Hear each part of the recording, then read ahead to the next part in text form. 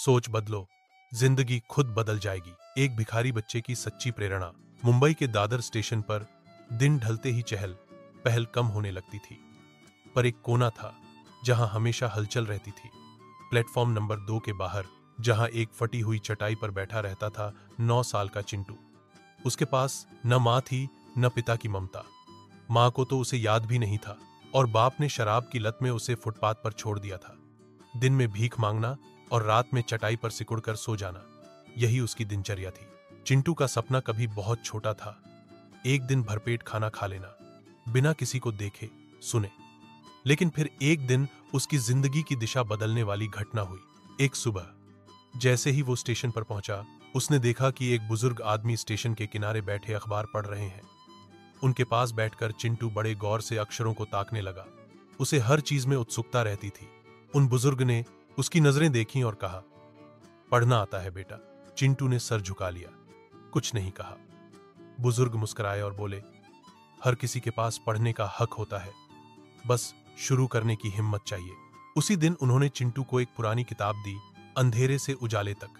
चिंटू को अक्षर नहीं आते थे, लेकिन वो किताब उसके लिए जैसे कोई चमत्कार थी। वो तस्वीरों को देखता, अक्षरों के आकारों को याद करता और फिर स्टेशन पर आने जाने वाले यात्रियों से पूछता, भैया ये शब्द क्या है? कोई डांट देता, कोई हंसता, तो कोई 2 मिनट रुककर जवाब भी दे देता। चिंटू के पास न कॉपी थी, न पेन, न स्कूल, लेकिन उसका जज्बा ऐसा था कि हर दीवार, हर पोस्टर और हर बोर्ड उसके लिए किताब बन गया। वह दिन में भीख मांगता और रात में स्टेशन की दीवारों पर उंगली से लिखकर अभ्यास करता। कई महीने बीत गए। अब वो कुछ कुछ पढ़ने लगा था। प्लेटफॉर्म नंबर, बोर्ड पर छपे विज्ञापन और अखबार की हेडलाइन तक। एक दिन फिर वही बुजुर्ग वापस आए। शरद शर्मा नाम था उनका।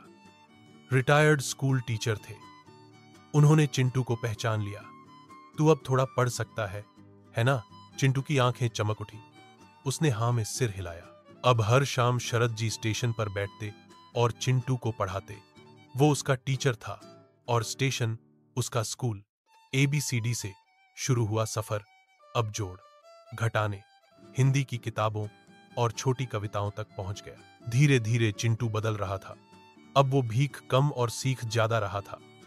उसके दोस्तों ने मजाक उड़ाना शुरू किया, किताबी कीड़ा बन गया है तू। लेकिन चिंटू हंसता और कहता, एक दिन मैं भी कुछ बनूंगा, देख लेना। 14 की उम्र में चिंटू ने नो की नजर में जगह बना ली। एक यात्री ने सोशल मीडिया पर उसके बारे में लिखा, एक भिखारी बच्चा स्टेशन पर खुद को पढ़ा रहा है। यह पोस्ट वायरल हो गई। एक नो उसके पास आया, उसका दस्तावेज बनवाया और उसे एक आवासीय स्कूल में भेज दिया। वहां उसके लिए सब कुछ नया था, बिस्तर, यूनिफॉर्म, 4 दीवारी। लेकिन सबसे नया था इज्जत। वो हर दिन मेहनत करता, बाकी बच्चों से पीछे होने के बावजूद हार नहीं मानता।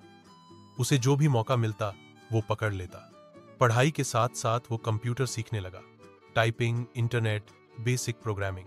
उसे सबसे ज्यादा खुशी तब होती जब छुट्टियों में वो स्टेशन वापस जाता और अपने पुराने दोस्तों को बताता, अब मैं स्कूल जाता हूं और अगली बार कोर्स की किताबें भी लाऊंगा। उसे सुनकर कई और बच्चों ने नो से जुड़ने की कोशिश की। चिंटू अब सिर्फ एक विद्यार्थी नहीं, बल्कि प्रेरणा बन चुका था। उसने कहा, मैं गरीब नहीं था, मेरी सोच गरीब थी। जब मैंने अपनी सोच बदल दी, तब मेरी जिंदगी खुद बदल गई। दुनिया ने मुझे भिखारी कहा, पर मैंने खुद को कभी छोटा नहीं माना। लेकिन जब कोई पूछता है, तुम्हारी सफलता की असली शुरुआत कहां से हुई, तो वो मुस्कुराकर कहता है, एक किताब से। और उस दिन से जब मैंने खुद से कहा, अब मैं सिर्फ भीख नहीं मांगूंगा, मैं मौके मांगूंगा और बनाऊंगा भी। सीख जो जिंदगी हमें देती है वो हमारी किस्मत है, लेकिन हम उससे क्या बनाते हैं वो हमारी सोच है। और अगर सोच बदल जाए तो जिंदगी खुद बदल जाती है। If you like this video, please comments, like and subscribe. Thanks for watching.